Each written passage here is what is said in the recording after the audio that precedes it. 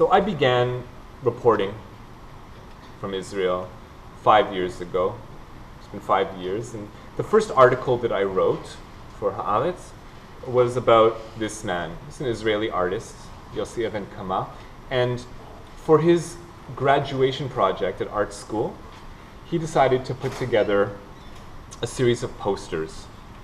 The idea was that these posters would simulate, if posted on the walls of a room, they would simulate what it would feel like to live in a dystopic reality. This was 2010, and he envisioned a dystopic Israel 10 years later, in 2020, if there would be an ultra-right-wing takeover of the government. And so he has posters establishing a national holiday for the founding father of Israeli fascism, Meir Kahane. This would be one of the features that he describes in his dystopic vision. And another poster of rabbis openly calling for the assassination of liberal Israelis or left-wing Israelis. And posters calling for the elimination of democracy, of institution of total fascism or theocracy. Now, keep in mind, this is a dystopic vision, and when he put out this project, I interviewed afterwards the person who carried on the mantle of the founding father of Israeli fascism, Meir Kahane, the member of Knesset who was his student, and he was very dismissive. There was a bit of a hullabaloo around this project. He was angered by it. He's, that's nothing to do with us. How can he possibly portray us in that way? As if it's beyond the pale. And yet, let's look what has actually taken place in Israel in the 5 years since his art project was produced. So, just months after he produced this project, you have the chief rabbi of Tzfat, the holy city of Tzfat, organizing hundreds of chief rabbis around the country to issue an edict forbidding Jews from selling or even renting apartments to non-Jews. Okay? So among his other public statements about Palestinians, saying that they have to be killed, they have to be battled. If they don't stop after 1,000, then we must kill 10,000. If they still don't stop, we must kill 100,000, even 1,000,000. This is the mentality. And again, this isn't just some random public figure. This is someone who is paid by my tax dollars or tax shekels, is the case. So he organizes hundreds of rabbis, and they author this saying, the Torah forbids selling a house to a Gentile. As Maimonides says, give them no respite. And again, it's a reference to the Bible, Deuteronomy chapter 7. And if you go there, then you discover it's an open call for ethnic cleansing. And he's not the only rabbi who speaks openly like this, or the only state-sponsored. This is another state-sponsored rabbi, the head of a religious seminary in the West Bank. And he authored a book called The King's Torah the following year. And The King's Torah is essentially, for all intents and purposes, it's a Gentile killing manual. It posits the question, under what circumstances may a Jew kill a non-Jew? And basically the conclusion he comes to is pretty much any circumstance. There is a justification for killing babies if it is clear they will grow up to harm us, he writes in his book.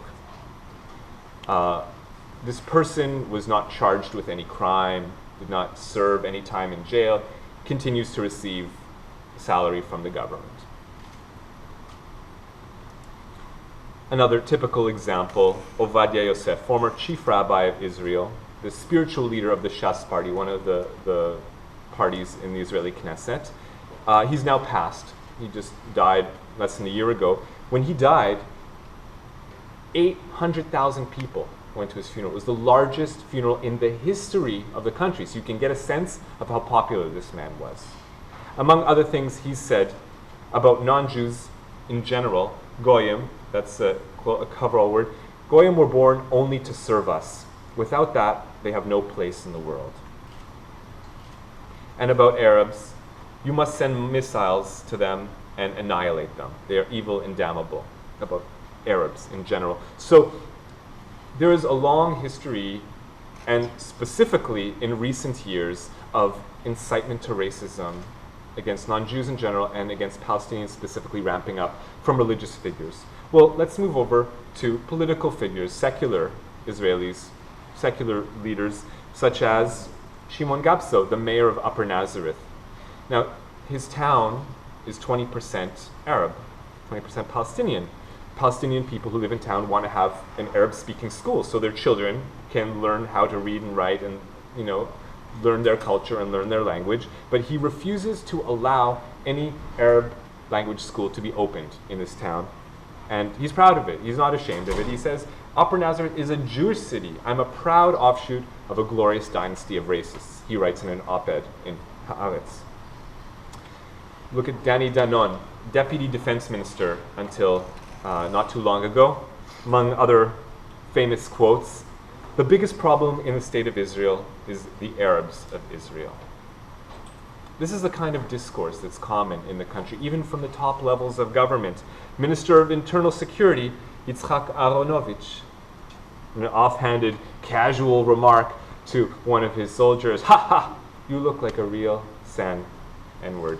So there's no shame around speaking about non-Jewish people in general and Palestinians specifically in racist terms, and there's no punishment. It's not that when someone says a comment like this, they are fired from their job. They continue to serve and continue and are again appointed to high-level positions. And it's not just about words. These words have consequences. When people hear that the top religious and political leaders in the country are saying these things, well, it legitimizes actions. And so you have gangs, and it's not just in the West Bank anymore. The Wild West Bank, it's also in Jerusalem, and it's also in the north of the country, and the south of the country, and even in Tel Aviv area. And so you have here a bus in an Arab town spray painted Goyim Ba'aretz. Here, I'll translate it to English. Gentiles equals enemies. It's very common to spray paint these racist messages on the property of Palestinian people to both attack them, to cause them financial damage, and also to convey their racist messages. Or here, for example, in the town of Abu Ghosh, which is primarily Palestinian, but there's also Jewish people living there. Gizanut o itbalalut, Aravi machutza.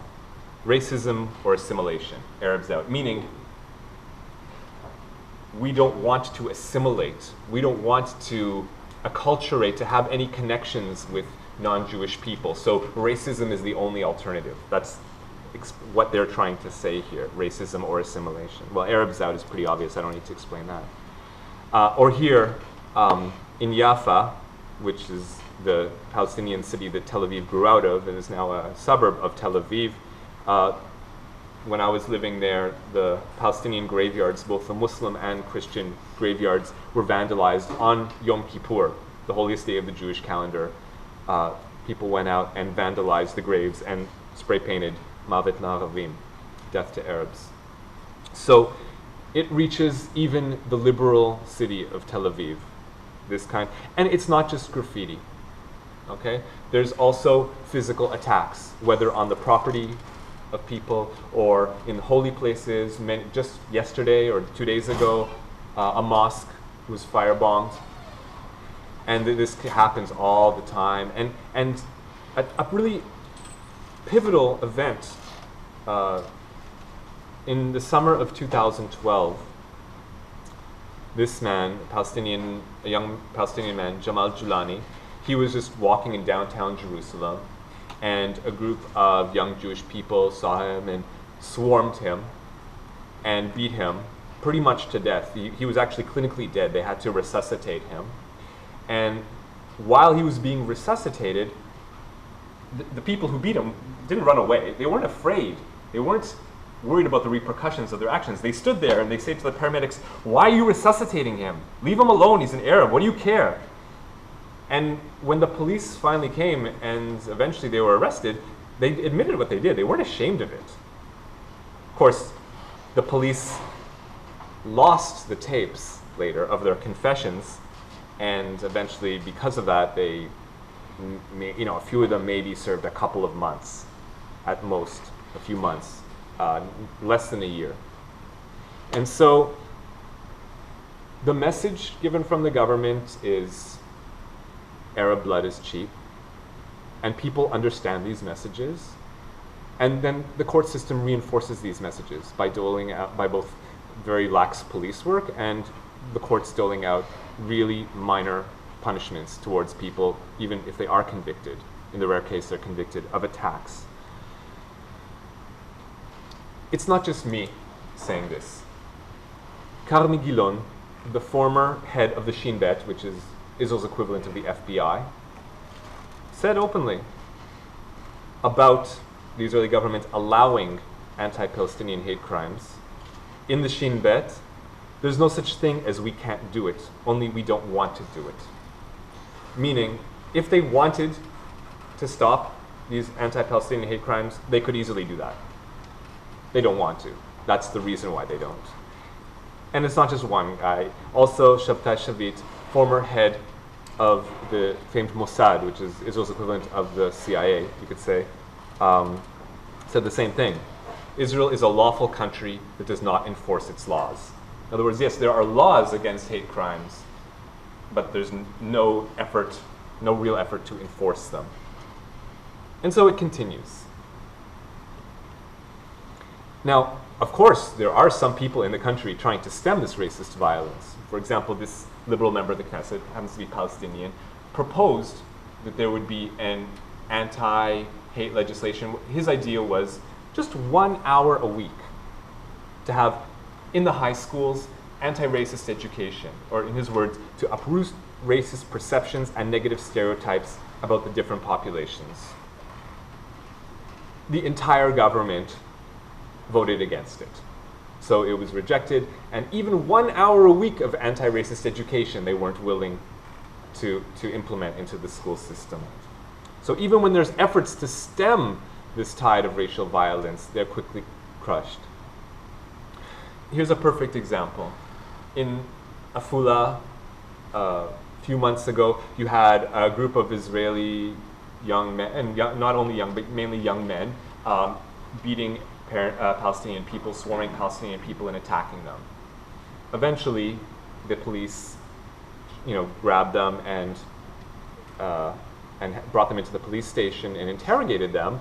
But as you can see, they were so unconcerned about them being rounded up that they were taking selfies in the police station. Yo, what's up? And that goes to show how comical it was for them. They didn't feel any threat that they had done something wrong, that there were going to be any negative repercussions, that it was just a charade they had to go through, and they were going to go home and nothing was going to come of it. You can see the police officer in the background. It's not like, he's gone, or he's right there, right? But it's a joke to them, essentially. Now, you can kind of get a sense from the people in the photo that I just showed you. Yeah, a lot of the people who are calling for racist attacks on Palestinians and other non-Jews are, in fact, that demographic of young, testosterone-y dudes. Typically, you would find maybe at a soccer game. And sure enough, there are. In fact, at soccer games in Israel, you often find people with out-and-out racist banners, and there's no repercussions. Here, I've translated a couple of these banners so you can see. Our ancestors said, stick to your principles. Beitar, that's the name of one of the popular Israeli soccer clubs. Beitar will be pure forever without Arabs. They don't want any Arab players on their team. So they announced this probably, and in fact, these fans, some of them actually burned down the clubhouse of the soccer club when there was talk of bringing in Arab players, or even Muslim players. They weren't even Arab, actually. I think they were from Croatia or Bosnia or something. Just Muslim players on the team. They actually burned down the clubhouse because they were so angered by the thought that they would bring in Muslim players. They want it to be pure forever. So yes, oftentimes it is that demographic of, teenage, 20-something males, typically looking something like this, but it wasn't only, and it's not only. And when those 3 Israeli teenagers were kidnapped this past summer, that's when it just peaked. It just really ramped up the racism. And so yeah, you have groups of young men like this posing with selfies, putting them up on Facebook and on Twitter and such. And again, I've translated it. Beitar fans demand vengeance against the Arabs. So yeah, they often look like this, but they often weren't men who were, young and single. They're often family men. I mean, here you can see for yourself, the guy is posing next to a young child's shoes. So quite clearly, it would seem to be that he is a father of a small child. He's not a teenager, and he's not 20-something. He's an adult. He's conscious of his own actions and responsible for them. And yet, even with his daughter's shoes right next to him, he's got a sign that he's posting with a knife. Death to all terrorists or leftists. That's in Israel. That's what they call someone who's not racist is called a leftist. So, and again, it's not just young men, and it's not just men. You have women also posting these selfies. Revenge of the Jews. And you have not just women, but young women posting of it. Hating Arabs is not racism, it's values. And it's not just young women, it's young girls even. The people demand revenge. And for some sick people, they even take photos of their babies. Netanyahu, the people demand revenge. So, once they discover the bodies of these 3 Israeli teenagers, then that's it. It just explodes this summer. The incitement just is through the roof. I'm going to break down for you just a few of the examples of how it was beyond the pale. So you had in the city of Hadera, one of the most, in my opinion, one of the most racist cities in Israel, and that's saying a lot. There's quite a bit of competition there.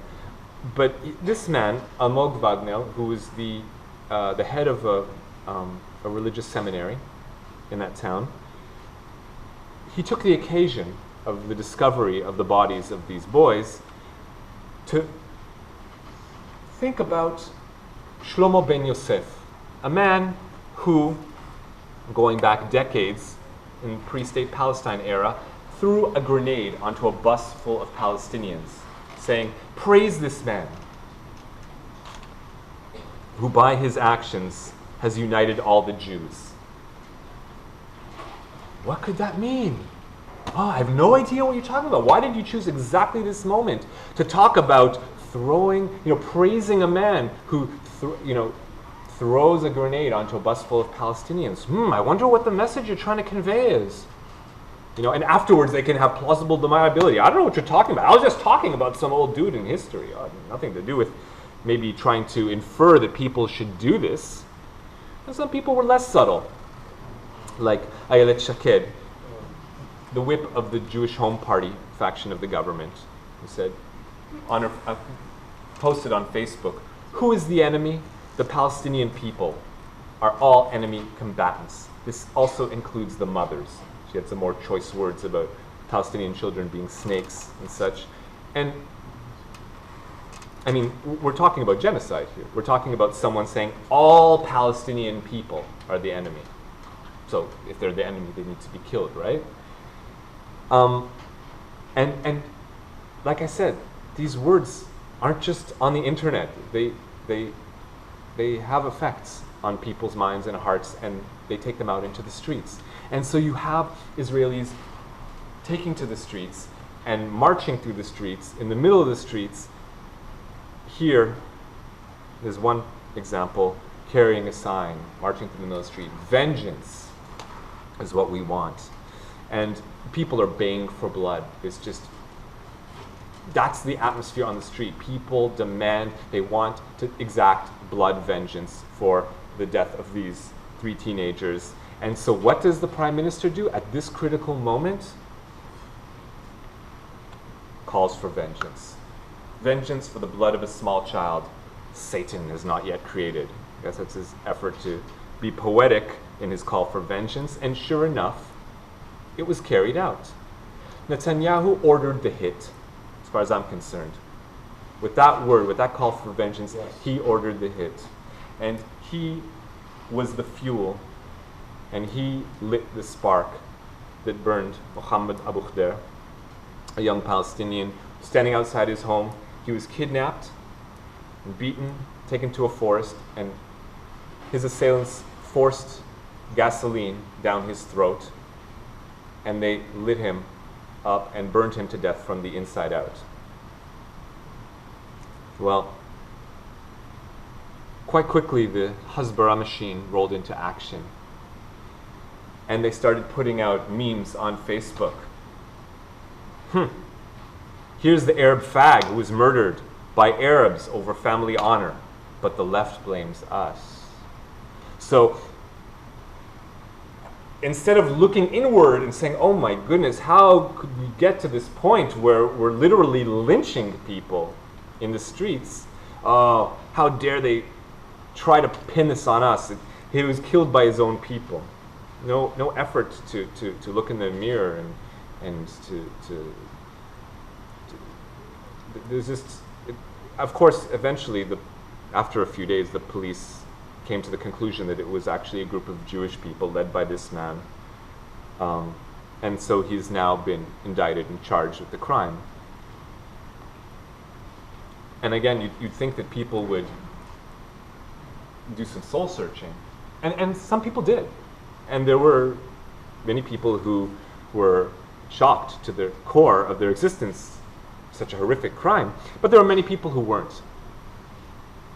Like some of these people who openly on the internet, in their own names, attached to their own Facebook accounts, it's no shame to burn an Arab. It's a good deed to burn Arabs. Or this woman who posted, a young Arab's body was found charred in a Jerusalem forest. I want to marry whoever did it. Like I said, there were some people in Israel, Jewish Israelis, who were horrified. And this man, Amir Peretz, who serves in the government as the environment minister, he actually paid a condolence call to the Abu Khder family to express his sorrow at what had happened. And sure enough, when he did that, on the internet, dozens of people, hundreds of people maybe, started writing him, I hope that your children, your family will be murdered, to this man for daring to make a condolence call. This is the level of discourse in Israel. So, clearly, with people on the streets, with blood in their eyes, actually lynching people, this had to be given expression. And so Netanyahu releases the hounds, so to speak, and sets the army upon Gaza.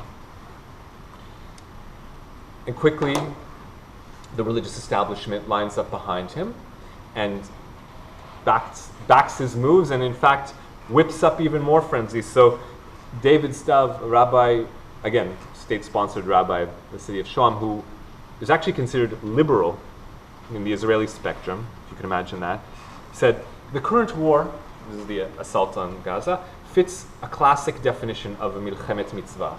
In an op-ed he wrote, milchemet mitzvah, again, I'll parse that for you, it means a war by commandment. In other words, a jihad, a war commanded by God. So God now wants this war to happen, given sanction for whatever follows. And that's the so-called liberal rabbi. On the right-wing side of the spectrum, you have, again, state-sponsored Rabbi Dov Lior. No shame around it. Just during war, the attacked people, that's in his mind, the Israeli people are the attacked people. The attacked people are allowed to take steps to exterminate the enemy. His words. Again, that's the religious discourse. Move over to the political, and you have the deputy speaker of the Knesset, Moshe Feiglin. The IDF, that's the Israeli army, shall designate certain open areas in which the civilian population will be concentrated. This is his plan for what to do about Gaza. Concentrated. Subsequent to the elimination, Gaza will become part of Israel and will be populated by Jews. This is his plan for what should happen to Gaza. Deputy Speaker of the Knesset. Move on to the head of the Jewish Home Party faction of the government, Naftali Bennett, who just a year ago said, "I've killed many Arabs in my life and there's no problem with that." He was incidentally talking about prisoners of war, not in the middle of a battle. He was talking about actually after the battle had ceased and people already disarmed. He's saying then there's no problem, in other words, outright murder. And he went on to CNN during the war and he talked to Wolf Blitzer and he said, "Hamas is conducting massive self-genocide," was the quote. Now, clearly, he is trying to attribute agency over what occurred to Hamas, saying they are responsible, but he's openly admitting, saying that what's occurring is a genocide. That's his words. In Israel, the military has become fetishized to the point where it's like idolized. It's so virtuous. It's considered, almost. It's put on a pedestal, to the point where here you see people getting married during the war and actually taking photographs on the backdrop of a tank. This is like, on the border with Gaza. It gives you a sense of like how much the military is just is embedded into every fiber of the culture. And often the flip side of that is that Palestinian people are demonized and dehumanized to the point where their lives are meaningless. So during the war, and it wasn't the first war where it happened, but during the war you had people sitting on the hills overlooking Gaza, and they brought couches, comfortable couches, so they can chill and swig back up some beer and Cheetos and watch it like this is entertainment as people are getting bombarded. And for those who don't have a front row seat, someone came up with an application that they could download to their mobile, Bomb Gaza, and you could play, boom, bomb people yourself if you didn't have the privilege of being in a fighter pilot where you could actually carry out these orders. In general, there was it was almost comedic in the sense that many people treated the killing of Palestinians with such lightheartedness as to render it a joke. You had soldiers in the field making crank calls to people in Gaza. Okay, we're going to bomb you. We're not going to bomb you. And these are viral videos of people who made crank calls, or this viral video where religious zealots came onto one of the army encampments and they had a dance party and they were blasting music and they were dancing with the missiles and they were putting stickers on the missiles with the religious slogans. And in general, writing on missiles became a thing. Again, making such lightness of the committing atrocities and killing civilians. So here on this missile, someone wrote, "Ze al bitul Backstreet Boys, ya chalot." This is for the cancellation of the Backstreet Boys concert, you scum. They write on the missile before they send it over. Here another missile where they dedicated it to a member of Knesset who happens to be Palestinian, Hanin Zoabi. And here's another really interesting one where someone had written on a missile, "I'm sending this mortar in your name," sending it out to his friends. He took a snapshot of it and then uploaded it to the network. "I'm sending this mortar in your name, so everyone focus on completely wipe out any vestige of Amalek." Now again, I'm going to have to parse that to explain what this means. So Amalek, again, it's a biblical reference in the book of Deuteronomy, and it's a people that are considered to be, according to biblical myth, right, an ancient people that are considered to be so evil and so despised that the Bible instructs, that God, Yahweh, instructs the people of Israel to genocide them, to kill all of them. And we're talking men, women, children, These are some artistic renderings of the battle with Amalek. Over the years, classical painters have drawn their imaginations of what this would look like, or what did look like, or should look like. And it doesn't just talk about killing, it talks about like outright wiping out any trace, even to the point where when one of the, again according to the biblical narrative, one of the kings of Israel didn't wipe out every last one, left just the king and his family alive, or killed them all off but spared the cattle. Then the prophet came and chastised the Israelite king. No, you didn't do what God said. God said to genocide every single last one of them, and you didn't do that. You're disobeying God. So my point is, the biblical narrative talks about Amalek as being so evil and hated that they must be killed outright. This isn't relegated to the mythical past. It's not there's no Amalekites today, right? You can't look on a map and find the Amalekites. But these people, these mythical people, are resuscitated, and now it's like a roving term applied to anyone that Israel goes to war with. Oh, we hate these people, we're rivals of these people, now they're the Amalekites, and now, people who despise them can justify genociding them too. And this is the discourse. And you have, just a couple years ago, this magazine that is printed and distributed in synagogues throughout the country, saying in an article, talking about rabbis who don't support ethnic cleansing, they will leave concentrating Amalekites into death camps to others. What is meant by this? Saying, they're whipped, they're lame, they're weak. They're so liberal and wishy-washy that they wouldn't even do the dirty work themselves. They'd leave the concentrating into camps to others. In other words, we need to concentrate, we should concentrate, and we're going to concentrate. And criticizing people who don't want to do that. This is the discourse. There are people who out and out speak of Amalekites this way. And again, if you think that the idea of Jews rounding people into camps is so beyond the pale and unfathomable that you can't possibly imagine how that could happen, that they must be talking about, those are just empty blank words. You can't possibly believe that Jews would do that. They're just, it's just bluster, right?